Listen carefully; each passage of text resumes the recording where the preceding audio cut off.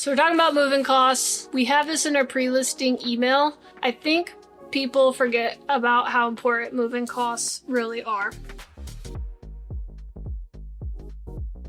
This is a major variable that potential tenants are looking at. They're wondering, how much is it going to cost me to move in total? So let's look at it. There are some rules around it as well, but I just kind of want to go over the basics here.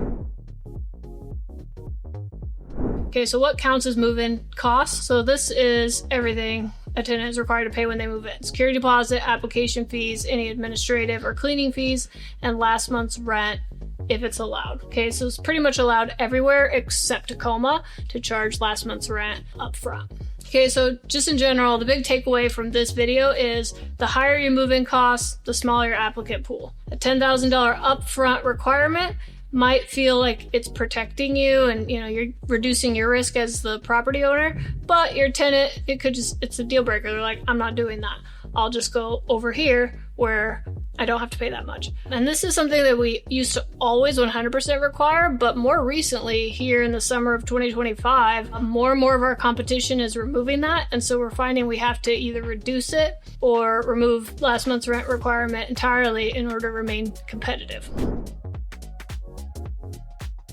On the flip side, if you want to be really aggressive about it, you could just drop it down, say no last month's rent, $500 security deposit, and then more people will come. And as long as if you do that and have a high applicant criteria, you might get the best tenants, highest qualified tenants because they have perfect credit, great income, and you've just reduced that barrier. And for them, that's an obvious, like, yeah, let's take that place. I only have to be $500 out of pocket.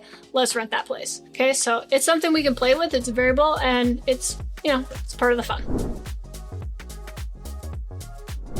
All right, security deposit. So we always start, our standard, how we start our advertisement is to always advertise $100 less than 1 month's rent. And the reason we do $100 less is because in Seattle and Tacoma, you are required to charge 1 month or less moving costs. And you have to include your application fees. Our application fees are $35. We're assuming 2 adults, so we just round it down 100 and advertise it that way. Okay, so that's why we do it that way. Again, you don't have to do that. You could lower it and make your listing more appealing, but up to you. We always start at that standard and then drop from there. Okay. All right, real quick, I want to talk about the move-in cost payment plans. So in Seattle and Tacoma, you're required, if a tenant asks, can I pay these in 6 equal payments, or they can do 3, but up to 6 equal payments, housing provider has to say yes. So basically what you do in that case is take your security deposit and or last month's rent deposit. If you're collecting that up front, add those numbers together, divide it by 6, and then their first payment is due at move-in, and then due every month from there. Bit of a pain. You write it up on your lease, you put it in your ledger, and the tricky part is following up and making sure that's getting paid each month. Obviously, if you have accounting software, it makes it a little easier, but if you don't, you gotta do it however you're doing it. Make sure you collect those funds, okay?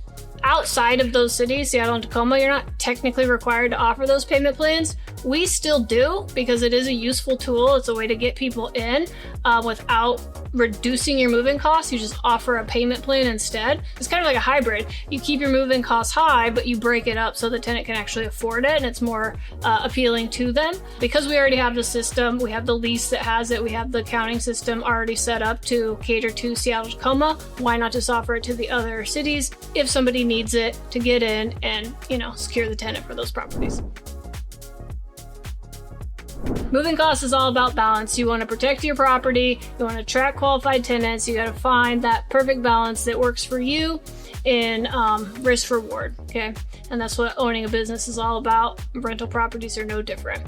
Found this video helpful? I'm really glad. Go ahead and like, subscribe, follow us for more videos on property management, tips, tricks, ideas, discussions, everything property management.